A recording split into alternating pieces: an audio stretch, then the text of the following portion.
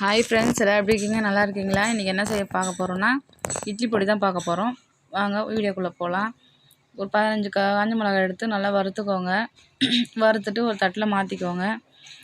நம்ம எந்த கப்பில் இறக்கலாமோ அந்த கப் அளவு தான் நம்ம எல்லாமே சேர்க்க போகிறோம். 4 கிளாஸ் எடுத்திருக்கேன். உங்களுக்கு என்ன பொருள் வேணும்னா அதுமாதிரி எடுத்துக்கோங்க. நான் 2 கிளாஸ் அளவு துவரம்பருப்பு எடுத்திருக்கேன். அது வறுத்து சேர்த்துக்கலாம். அதே கப்பில் ஒரு கப் அளவு எள் எடுத்திருக்கேன். அதையும் வறுத்துக்கலாம். நிறைய பேர் வீடியோ பார்க்குறீங்க, சேனலை சப்ஸ்கிரைப் பண்ணுங்கள். அடுத்து உங்களுக்கு என்ன வீடியோ வேணும்னு சொல்லுங்கள், கமெண்டில் சொல்லுங்கள். நான் வீடியோ ஷேர் பண்ணுறேன். ஒரு கப் அளவு கடலைப்பருப்பு வறுத்து சேர்த்துக்கலாம். அதே கப் அளவு உளுந்து வறுத்து சேர்த்துக்கோங்க. ஒரு 4-5 ஸ்பூன் கருப்பு எள் சேர்த்துக்கோங்க. அது நல்லா வெடிக்கும் போது நல்லா வாசனை வரும். அப்போ அந்த தட்டு மாற்றிக்கலாம். ஒரு கட்டி பெருங்காயம் சேர்த்து அதையும் வறுத்தெடுத்து அதையும் அந்த தட்டுக்கு மாற்றிக்கலாம். இப்போது 4-5 கைப்பிடி அளவு கருவேப்பிலை சேர்த்து மாற்றிக்கோங்க. வறுத்து சேர்த்துக்கோங்க.